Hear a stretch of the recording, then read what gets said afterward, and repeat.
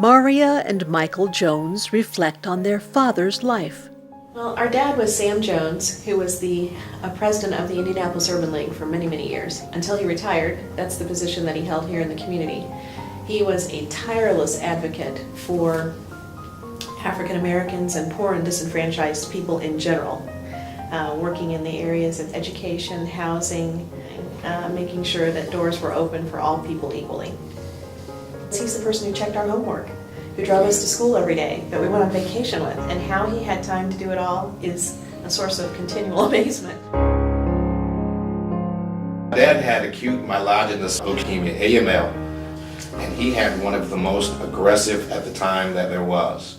And Dr. Fred Butler at the time was his oncologist, who came into the hospital room, I'll never forget that day, and said, "Figure you have 3 to 6 months." And what was so amazing was Dad was like, "Well, okay, but we're going to fight this."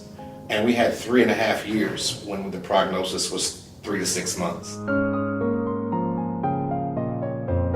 He was involved in them. He was not afraid to take the risk.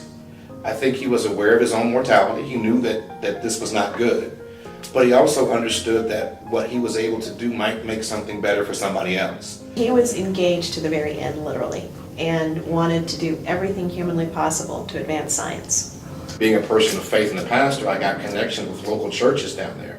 And 2 of the big churches in Houston did blood drives in my father's name, so that we had thousands of people giving blood in his name at MD Anderson, which kind of made us well known at MD Anderson, because all of a sudden there are a whole bunch of people coming in to donate blood and plasma.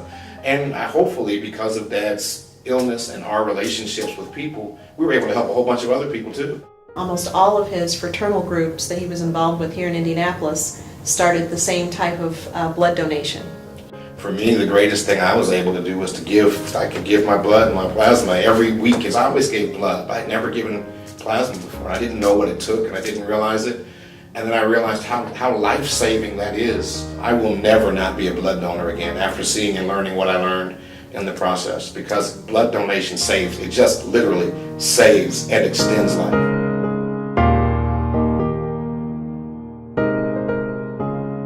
Mom has been, over the past, maybe 15, 18 years, a tremendous caregiver. As her parents got older, they needed the kind of care, and she just stepped up and made that happen. And so she began to almost parent her parents. And then my dad got sick. And to watch how she lovingly and successfully navigated all of that demonstrates to me, anyway, that the strongest people on the planet are women and mothers. I've never met anybody stronger, be able to seemingly carry a whole mountain on soft shoulders. And I watched that in my mom. She's amazing. She's still a very strong person. She's a tremendous example for my 9-year-old daughter. I only hope that I can do as much. Our family was given a gift of 3 years when we were told that we just didn't have any time, and we got time because of science. My brother, who lives in Pennsylvania, there are 3 of us, and the one in Pennsylvania actually is named for my dad, Sam. It happens to belong to at least one of the fraternal organizations that my dad belonged to, and he organized a donation effort among those folks there, and they really, really came forward. I just have to credit Sam. I mean, he told the story and they gave. So I knew that I was not a mogul, and I didn't have the resources of an Oprah or some other multi-millionaire. It was something I had to do to honor my father, to advance the cause of science, and to hopefully bring someone else to cure or closer to cure. So there's just no way I can say no. We just absolutely love the Leukemia and Lymphoma Society and fully recognize and support and appreciate all of the efforts, not only to raise money, but what you do just to support families in need. It's so incredible, and it's really been a privilege to be able to continue, just even in small ways, whether it's going to pairings for yogurt, knowing that some of the money is going to come to LLS, or whether it's attending an event, or participating in a committee meeting. I can't think of a time that we will be unwilling to do something.